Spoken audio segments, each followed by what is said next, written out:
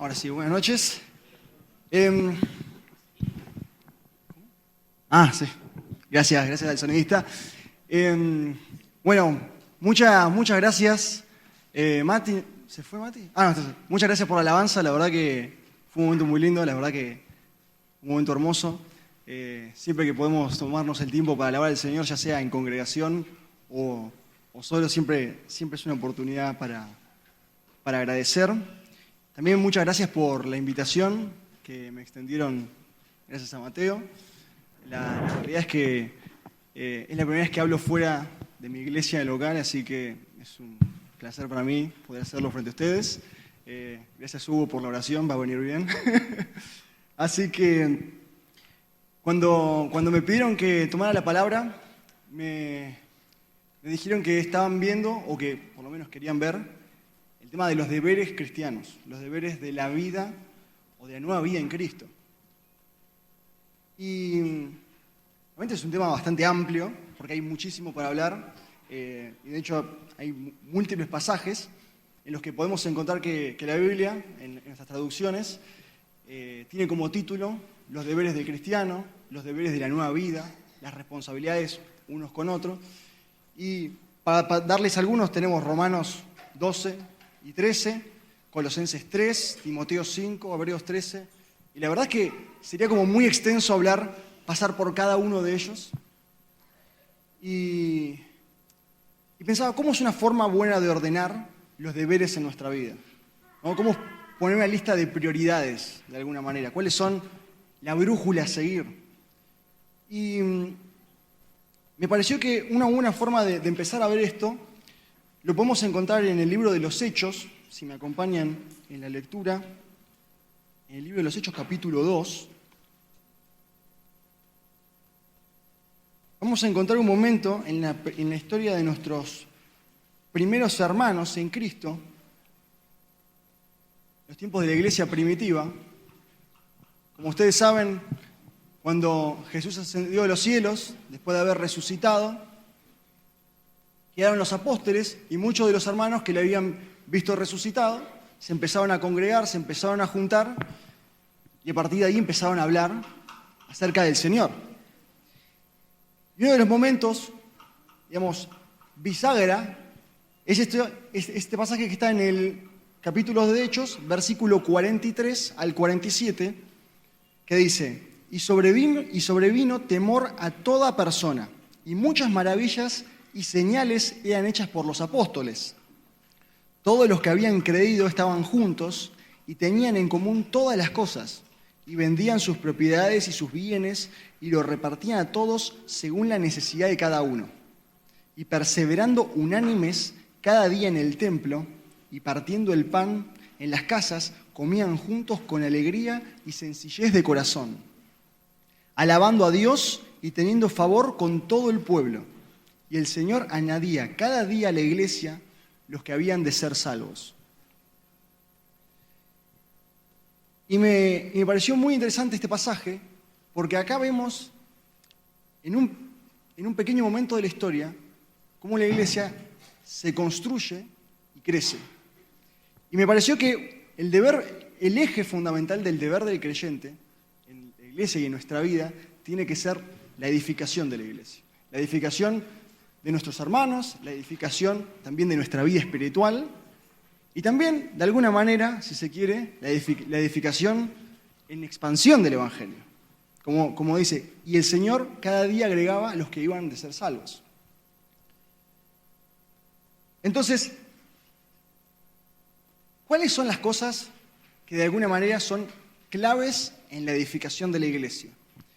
Y si vamos al versículo 42, un versículo antes de lo que leímos, dice, hablando de estos primeros hermanos, y perseveraban en la doctrina de los apóstoles, en la comunión unos con otros, en el partimiento del pan y en las oraciones.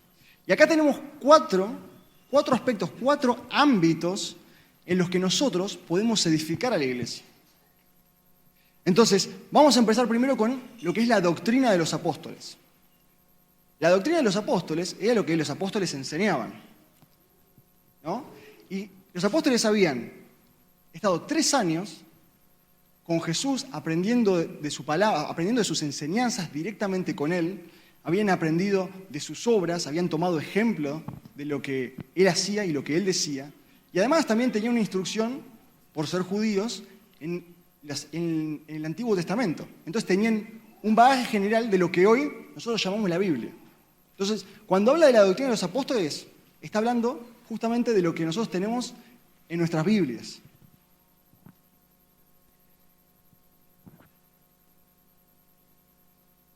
Sí. Así que les pido que me acompañen en la lectura de Hebreos 13.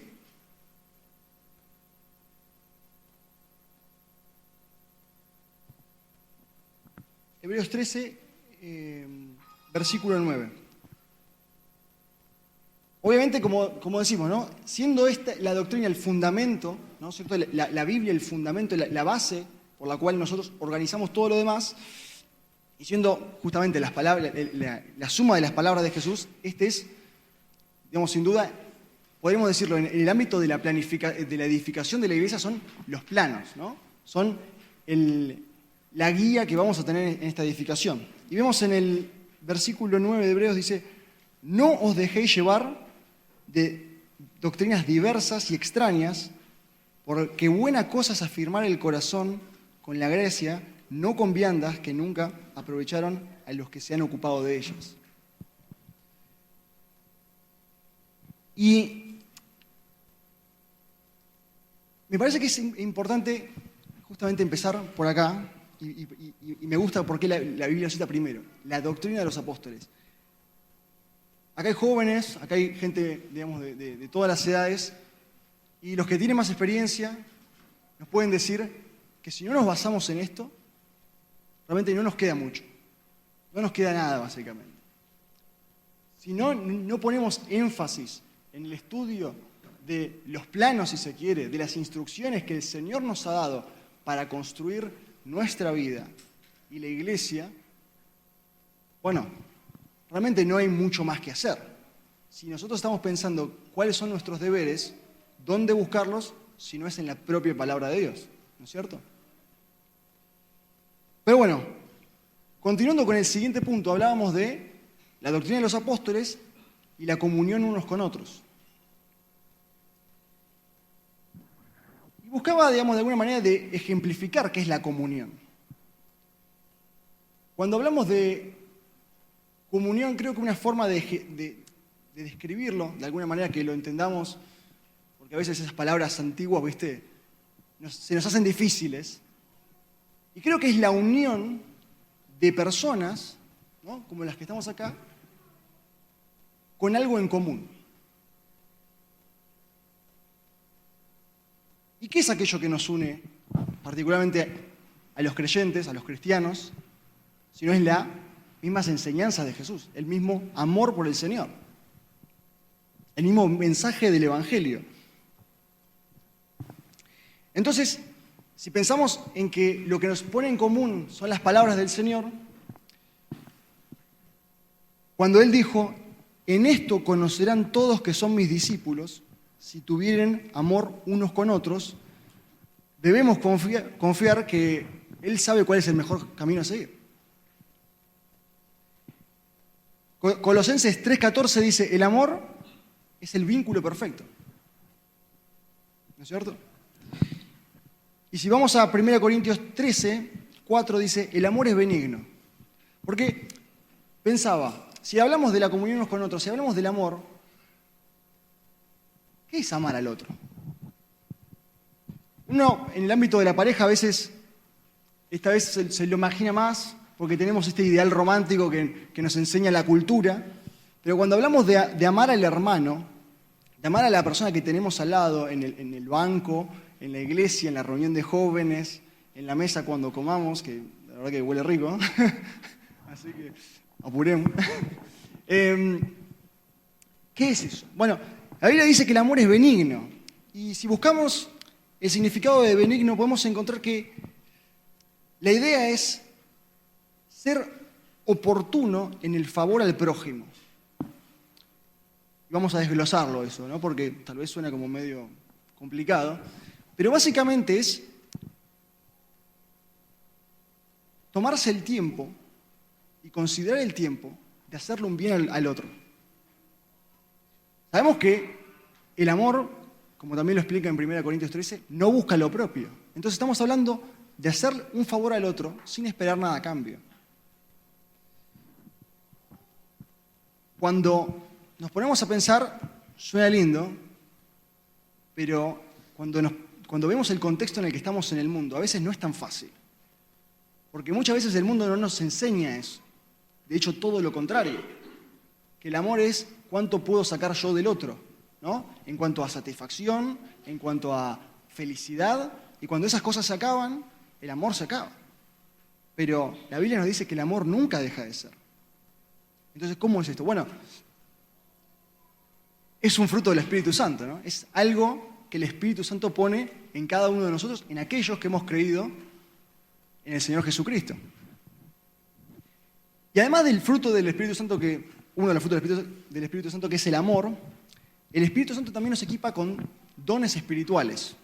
¿No es cierto? Todos aquellos que han creído, como decíamos antes, el Espíritu Santo nos equipa, si se quiere, con dones para cumplir diferentes funciones en el cuerpo de Cristo, que es, el Señor es la cabeza de la iglesia. Así que vamos a Romanos 12, pido que me acompañen. Romanos 12, vamos a ir de el 3 al 11, vamos a tomamos el tiempo para leer. Digo pues, por la gracia, ¿estamos todos? ¿Sí? Perfecto. 12:13, exactamente. Digo pues, por la gracia que me es dada, a cada cual que está entre vosotros, que no tenga más alto concepto de sí mismo que el que debe tener, sino que piense de sí con cordura, conforme a la medida de la fe que Dios repartió a cada uno. No pensemos de nosotros más de lo que somos, ¿no? Seamos humildes, seamos de alguna manera, tengamos un pensamiento correcto de nosotros mismos y nuestra relación con los demás, porque eso va a condicionar nuestra relación con los demás.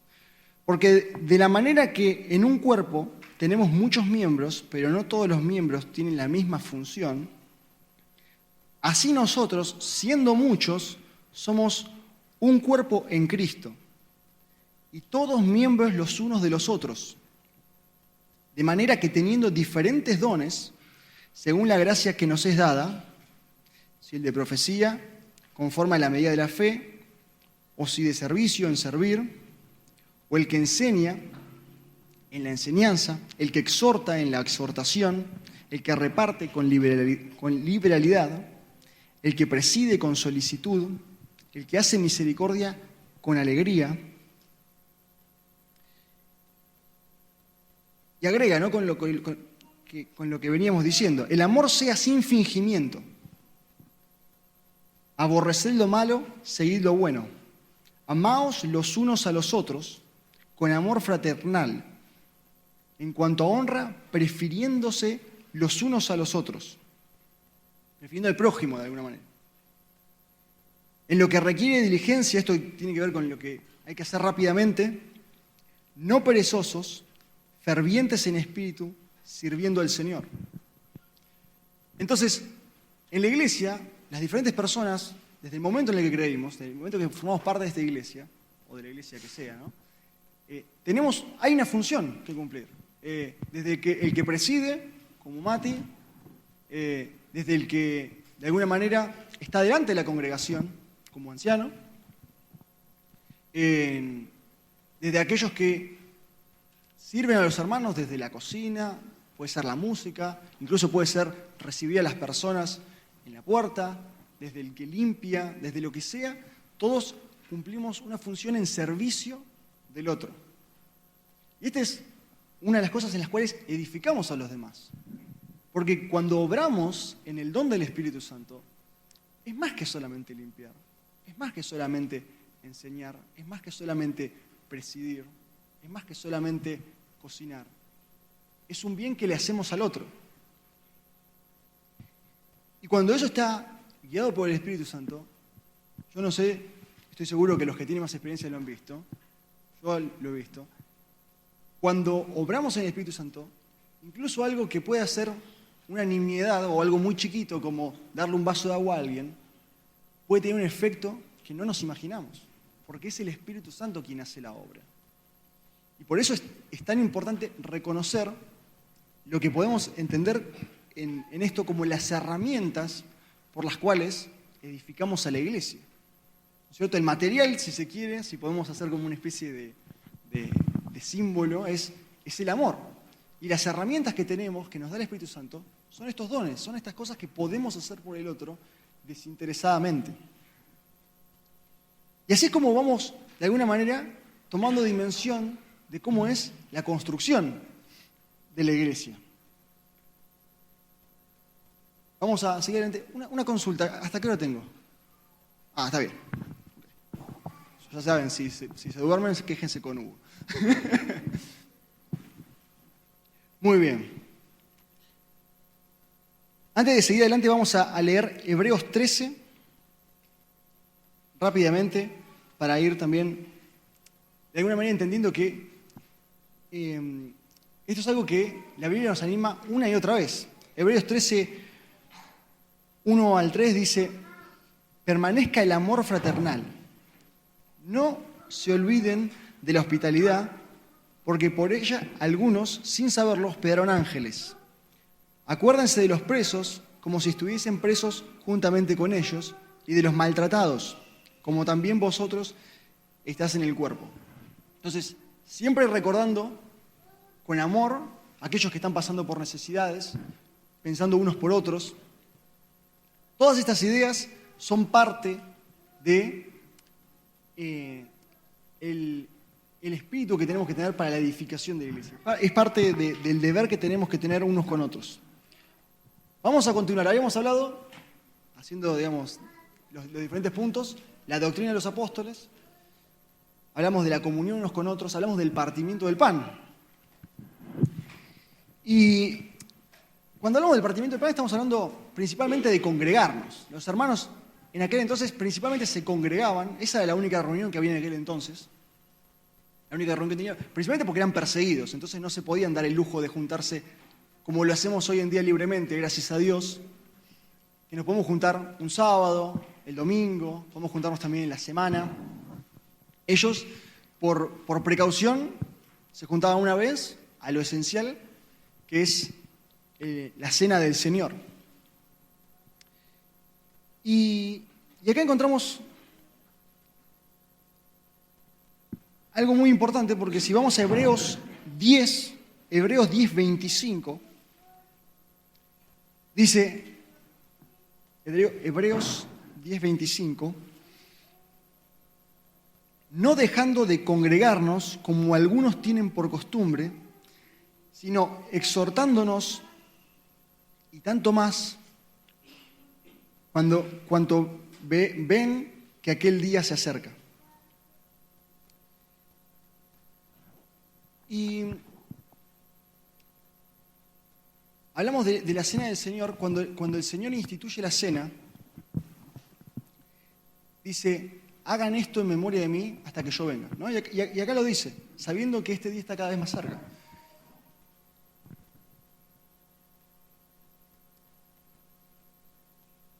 Y sin duda, la cena del Señor tiene que ser el centro, digamos, tiene que sí o sí estar en el cronograma de la iglesia, no puede faltar. Pero también es un modelo para el resto de las reuniones. En el sentido de que Cristo tiene que ser el centro. Y cada vez en las que nos congregamos, Él tiene que estar ahí, porque Jesús prometió: donde hay 2 o 3 reunidos en mi nombre, allí estoy yo en medio de vosotros. Y habíamos hablado que la comunión es la unión de personas con algo en común. Y cuando eso en común es el Señor, hay una motivación para congregarnos. O por lo menos debería haber una motivación para congregarnos. Y en esto tenemos que examinarnos nosotros mismos en: ¿realmente estoy poniendo al Señor en el centro? No solamente en las reuniones, sino también en mi vida. Cuando, cuando me congrego, estoy pensando no solamente en el Señor, en lo que hizo por mí, sino en la realidad de que Cristo vuelve. Pero el Señor conoce nuestra flaqueza, ¿no? Y si volvemos en el versículo 25 de Hebreos, dice, exhortándonos, ¿no? Animándonos, porque no siempre estamos arriba, no siempre estamos en la mejor de las condiciones espirituales, no siempre estamos con todas las ganas de escuchar un mensaje o de ir a la reunión, de levantarse temprano. ¿Ustedes se levantan temprano para la cena? No, ¿no?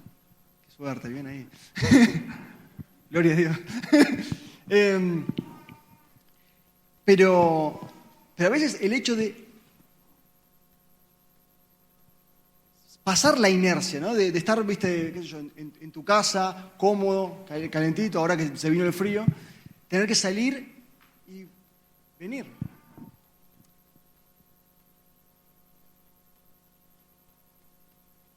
El eje de todas nuestras reuniones tiene que estar en el Señor.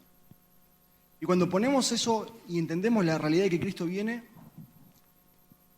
ahí las cosas se ponen en otra dimensión. Porque el hecho de que vengamos es una oportunidad para no solamente acercarnos al Señor, acercarnos a los hermanos, escuchar de la palabra, también testificar de Él, servir. Y considero yo, y esto lo digo, lo pensaba cuando escribí el mensaje, como una reflexión desde lo personal, pero también para compartirla con ustedes, y es que una de las cosas más desafiantes que encuentro yo en las reuniones, cuando tenemos esta observación de que Cristo es el centro y que Cristo vuelve, es cuánto de esa realidad está afectando mi vida en predicarle a personas que no conocen de Cristo. Si Cristo vuelve, como sabemos que vuelve, como Él prometió que vuelve, cuando vuelva va a juzgar a los vivos y a los muertos y va a juzgar a todos según sus obras, todas las naciones. Y cuando pensamos en eso decimos, ¿qué tanto estoy haciendo para extender el reino de los cielos a las personas que no lo conocen? La congregación, en algún sentido, se convierte en el ambiente en el que ponemos en práctica todas las cosas que veníamos diciendo, desde la doctrina de los apóstoles y la comunión unos con otros. Acá es donde ponemos en práctica todas las cosas, todos los deberes que tenemos que ejercitar para después llevarlo afuera. El Señor dice que, es Juan quien dice, perdón, el que no ama a su prójimo, no ama a Dios. Porque quien no ama a quien ha visto, ¿cómo va a amar a Dios a quien no ha visto? Entonces, en este lugar, en este pequeño recinto, si se quiere, es una oportunidad para crecer en amor y adquirir las herramientas que nos van a permitir salir afuera y, aunque parezca muy loco decirlo, ser un motivo de cambio en la vida de las personas. Poder ser un factor de cambio en la vida de las personas acercándoles a Cristo Jesús. Y cuando caemos en la dimensión de eso, nuestra perspectiva empieza a cambiar. No digo que cambie de un día para el otro porque es difícil, no es fácil. Pero empieza a cambiar. Empezamos a entrar en la dimensión de lo que realmente estamos haciendo acá. El siguiente punto que vamos a ver es el tema de la oración. Por supuesto que es un tema extenso, muy extenso, que da para horas de estudio, pero hay dos puntos que me gustaría que viéramos de la oración en cuanto a la función que tiene en nuestra vida, en la congregación. Y no hace falta que lo busquen, lo voy a leer directamente, pero para que sepan, para que tengan la cita, es en Juan 16, 23 al 24, y dice, todo lo que pidiereis al Padre en mi nombre os lo dará. Pedid y recibiréis, para que vuestro gozo sea cumplido. Y escuchando esto, y además si leemos el Salmo 37, que por ejemplo dice, deleítate a sí mismo en Jehová y Él te concederá las peticiones de tu corazón. Es como que a veces nos da una mala impresión, ¿no? Bueno, oro y Dios va a cumplir mi gozo, como ¿puedo pedir cualquier cosa? ¿No? Y no pasa, yo ya lo intenté. A veces, ¿y por qué no pasa? ¿Por qué? Porque si vamos a Santiago, y esto sí quiero que lo leamos, si vamos a Santiago 4:3,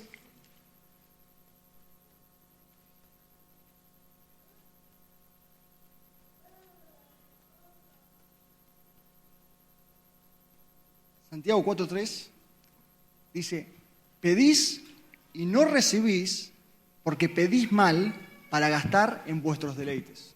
Entonces, encontramos acá un contraste, ¿no? Entre que el Señor dice, pidan en mi nombre, y el Señor lo va a dar para que su gozo sea cumplido. O sea, para que puedan alegrarse de que Dios hizo esto por ustedes. Pero por otro, Santiago nos dice, no reciben porque piden mal para gastar en sus deleites. Entonces, ¿cuál es la división correcta por la cual uno orar, si se quiere, correctamente? Primera Juan 5:14, no lo busquen, lo voy a leer rápidamente. Dice, esta es la confianza que tenemos en Él, que si pedimos alguna cosa conforme a su voluntad, Él nos oye. Entonces, ¿cuál es el propósito de la oración? Porque por un lado, Dios me dice, pidan y se les va a dar lo que ustedes quieren, pero por otro lado nos dice que tenemos que pedir conforme a su voluntad para ser oídos. Y me parece que lo que podemos extraer de esto es que la oración tiene como propósito alinear nuestros deseos, nuestro corazón, con los deseos de Dios y con el corazón de Dios. Cuando oramos, conforme a su palabra, teniendo en cuenta lo que Dios nos revela que Él quiere, lo que estamos empezando a hacer es de alguna manera empezar a querer lo que Él quiere. Cuando empezamos a encontrar gozo en lo que Él quiere, vamos a tener gozo también nosotros, porque Él va a hacer. Y me parece que la oración es algo que es un punto que quiero que veamos, es uno de los aspectos que más solemos descuidar en nuestra vida cristiana. Pero sin duda es uno de los aspectos más maravillosos que tiene la vida cristiana. Porque hay una frase que me gusta, que dice, no debería ser cierto que si yo oro en mi cuarto, ¿no?, a solas, de repente, cuando salgo a la vida, me encuentro con problemas, las cosas se solucionan. Las peticiones que yo pedí a Dios se cumplen. No sé, no hace falta que levanten la mano, pero por lo menos asienta alguno. Si le ha pasado de orar y que Dios responda a su oración.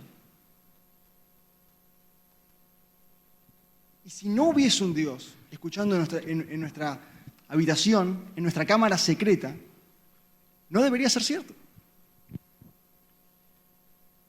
Tenemos que entender que alinear nuestros deseos con los deseos de Dios no es fácil. Porque de alguna manera implica morir a nosotros mismos y darle el primer lugar a Dios. Y hay un testimonio que me gusta mucho, que alguna vez escuché, que era de un hombre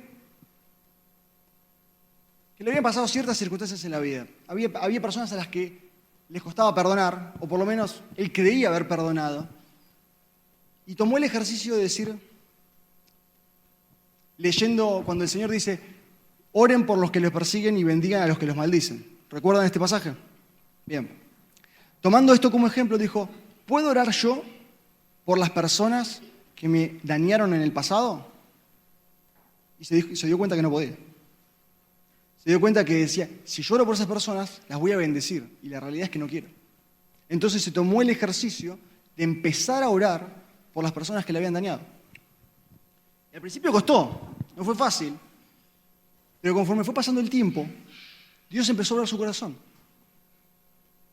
Y llegó el punto en el que ya no le costaba orar por esas personas. Y es más, empezaba a alegrarse cuando oraba con esas personas. Y después ya no tenía problemas en ver a esas personas y se alegraba porque esas personas les iba bien. Dios cambió su corazón. Pero eso requiere que muramos a nuestro propio orgullo. Que dejemos de lado nuestros egos, nuestras discusiones o pleitos humanos en pos de la voluntad de Dios, que es que nos amemos los unos a los otros, como a nosotros mismos. Por eso solamente poniéndonos bajo su voluntad vamos a poder realizar todo lo que veníamos hablando. Solamente poniéndonos bajo la voluntad de Dios es que vamos a escudriñar las Escrituras, vamos a leer la palabra para saber lo que Él quiere. Solamente poniéndonos bajo la voluntad de Dios vamos a buscar amar al prójimo y demostrarlo en la congregación y en hechos, en nuestra vida cotidiana. Porque no solamente es cuestión de venir acá y acercarse al hermano y saludarlo o correr un banco, lo que sea. Podemos también en la semana saludar a los hermanos, preguntarles cómo están, interesarnos por ellos, tener comunión en la semana. No termina cuando nos vamos de la reunión. Y sin la oración, como eje central, como motor de la vida del creyente, va a ser muy difícil que a nosotros nos nazca. Porque la realidad es esta, es que somos pecadores. Y que por eso Cristo murió por nosotros. Hay si se quiere, una máxima que me gusta mucho es: Cristo murió por nosotros en nuestro peor estado. Cuando estamos caídos, recordemos esto: Cristo murió por nosotros en ese estado para que no estemos más en ese estado. Y cuando pensamos en esa manera y vemos el amor que Dios tuvo con nosotros, muriendo en la cruz del Calvario por nuestros pecados, no nos queda otra que buscarlo en oración, arrepentirnos y empezar a transitar la vida que Él quiere. Quisiera que leamos algunos pasajes que de alguna manera hablan un poco más de la oración. En Romanos 12,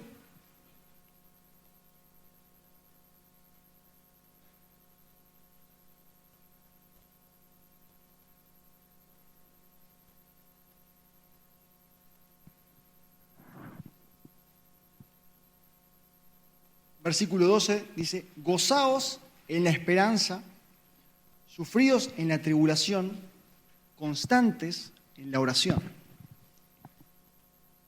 ¿Cómo nos podemos gozar en la esperanza si no la tenemos, si no la ejercitamos? ¿Cómo podemos mantenernos, si bien sufridos, pero firmes en la tribulación, si no somos constantes en la oración?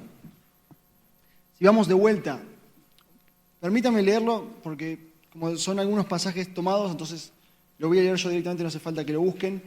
Dice, Hebreos 13, 18, dice: orad por nosotros, pues confiamos que tenemos buena conciencia, deseando conducirnos bien en todo. Acá el autor de los Hebreos le está pidiendo a los destinatarios de la carta que estén orando por ellos. Oremos por los hermanos, oremos por las necesidades y las dificultades de otros, estemos atentos a eso. Eso también es amor. Como decíamos antes, si vos orás por un hermano, si vos orás por una persona, la estás bendiciendo, estás haciendo algo en su vida. Parece que no, tal vez. Parece que, pero Dios está escuchando. Dios está viendo nuestro interés por el hermano. Y cuando caemos en la dimensión del peso que tienen nuestras oraciones, entendemos que son una herramienta útil en la edificación justamente del hermano. Como veíamos antes, es sin duda el motor que mueve la vida del creyente, que mueve a la congregación, que mueve la edificación de la iglesia. Sin oración, no, como decíamos antes, no va a haber interés en la palabra, no va a haber interés en los hermanos y no no vamos a tener motivación para congregarnos. Muchas veces pasa que las personas que se terminan apartando empiezan por dejar de orar primero.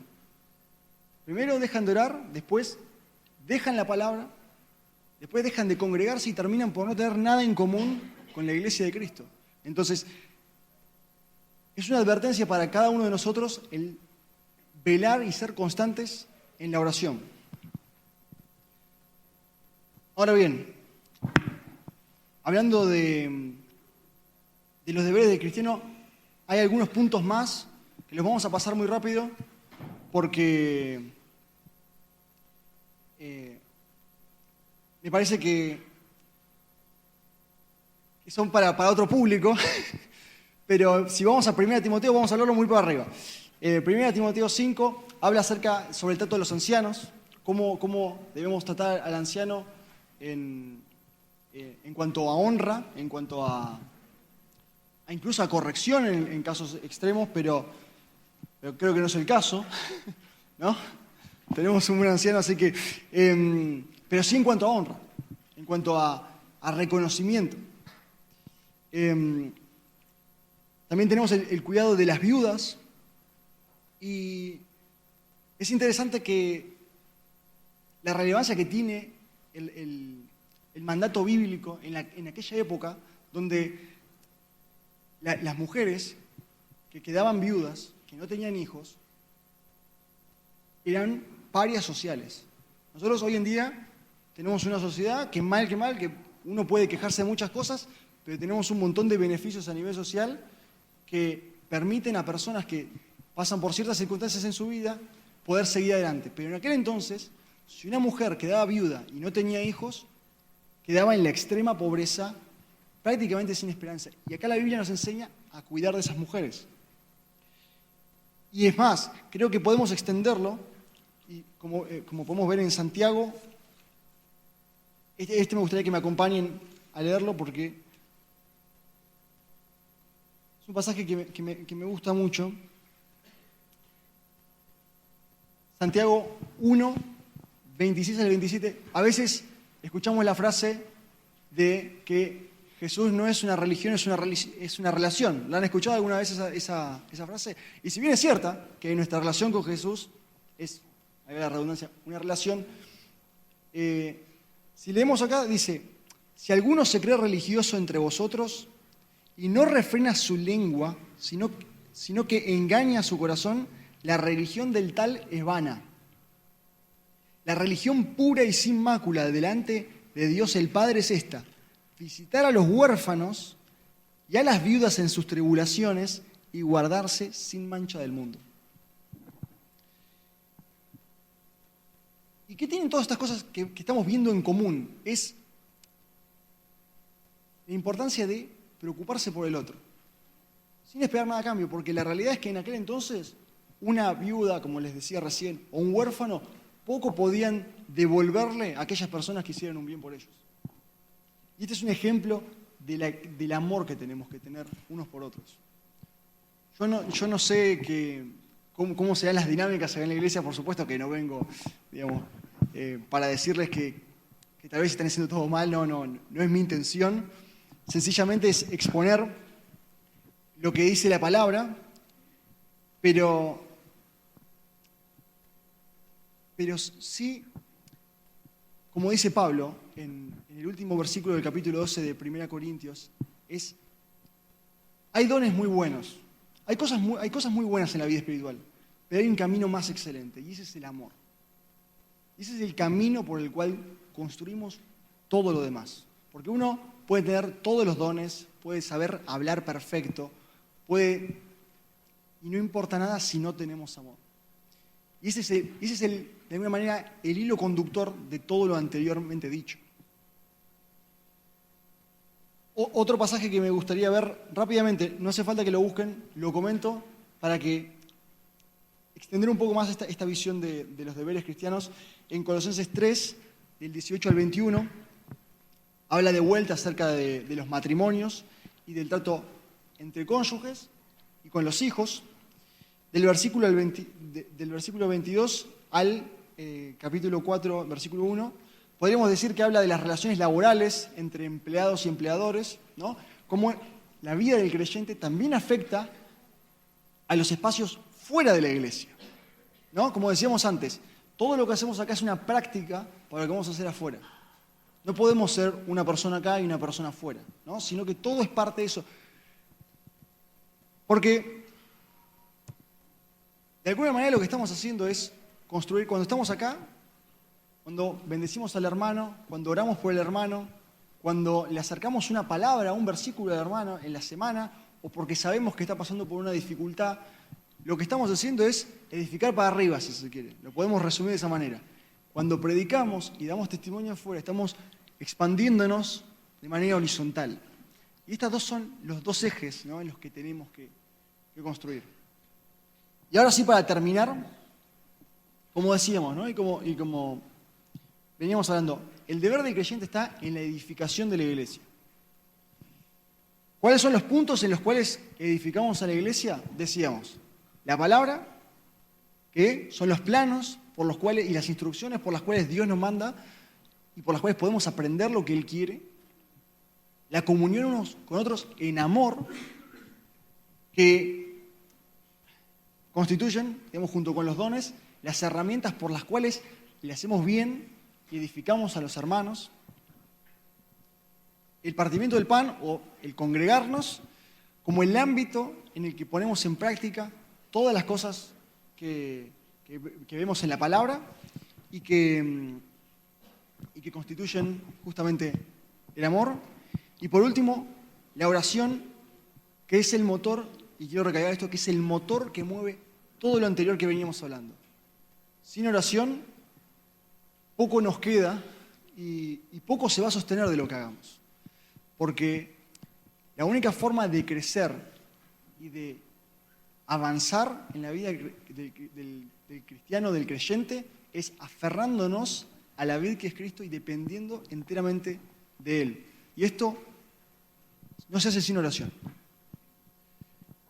Así que, esto era para terminar. Esto es lo que el Señor puso en mi corazón en este último tiempo de compartirles. Y nada, quería agradecerles nuevamente por la invitación. Espero que pueda ser de bendición para ustedes, tanto como lo fue para mí, el poder reflexionar en la importancia de edificar al hermano, tanto en la congregación como fuera de la congregación, en cada oportunidad que tengamos. Así que el Señor bendiga su palabra y los bendiga a ustedes muy ricamente. No sea